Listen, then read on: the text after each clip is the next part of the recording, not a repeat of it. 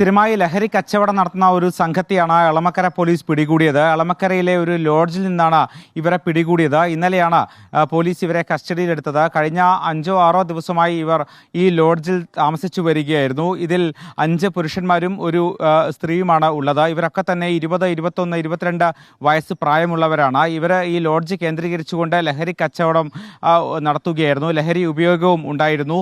Cocaine, അതുപോലെ തന്നെ മെത്താഫെറ്റമീൻ, കഞ്ചാവ് തുടങ്ങിയ കാര്യങ്ങൾ ഇവരുടെ കയ്യിൽ നിന്നും കണ്ടെടുക്കുകയും ചെയ്തു. മാത്രമല്ല, ഏറ്റവും ഗൗരവമേറിയ കാര്യം, ഇവരുടെ കയ്യിൽ നിന്നൊരു കണക്ക് പുസ്തകം, ലഹരി വിൽപ്പനയുടെ ഒരു കണക്ക് പുസ്തകം കണ്ടെത്തിയിട്ടുണ്ട്. ആർക്കൊക്കെ ഏതൊക്കെ സമയത്ത് ഏതൊക്കെ ലഹരികൾ എത്ര അളവിൽ കൊടുത്തു എന്നത് വിശദമായി തന്നെ ഈ ബുക്കിലുണ്ട്. എത്ര രൂപ ലഭിച്ചു, എത്ര രൂപ ലഭിക്കാനുണ്ട് തുടങ്ങിയ കാര്യങ്ങൾ ഈ പുസ്തകത്തിലുണ്ട് എന്നും പോലീസ് പറയുന്നുണ്ട്.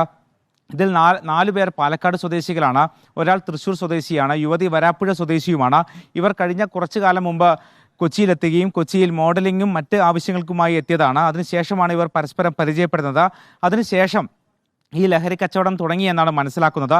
എന്നാൽ ഇവർ എവിടെ നിന്നാണ് ലഹരി കൊണ്ടുവരുന്നത്, ഇവർക്ക് മറ്റ് ഏതെങ്കിലും തരത്തിലുള്ള ബന്ധമുണ്ടോ തുടങ്ങിയ കാര്യങ്ങളൊക്കെ തന്നെ പോലീസ് അന്വേഷിച്ചു വരികയാണ്. ഇന്നലെ ലോഡ്ജിൽ അപ്രതീക്ഷിതമായി രഹസ്യ വിവരത്തെ തുടർന്ന് പോലീസ് സംഘം എത്തുമ്പോൾ ഇവരെല്ലാവരും തന്നെ ലോഡ്ജിൽ ലഹരി ഉപയോഗിച്ച് ഇരിക്കുകയായിരുന്നു. സ്വാഭാവികമായും ഇവർക്ക് ഒരു അബോധാവസ്ഥയിലായിരുന്നു ഉണ്ടായിരുന്നത് എന്നാണ് പോലീസ് പറയുന്നത്. മാത്രവുമല്ല, ഇവർ സ്ഥിരമായി ലഹരി ഉപയോഗിക്കാറുണ്ട് എന്നും പോലീസ് പറയുന്നുണ്ട്. എല്ലാവർക്കും 20ഉം 22ഉം വയസ്സ് പ്രായം മാത്രമേ ഉള്ളൂ എന്നുള്ളതാണ് ഇതിൽ ഏറ്റവും ഗൗരവമേറിയ കാര്യം.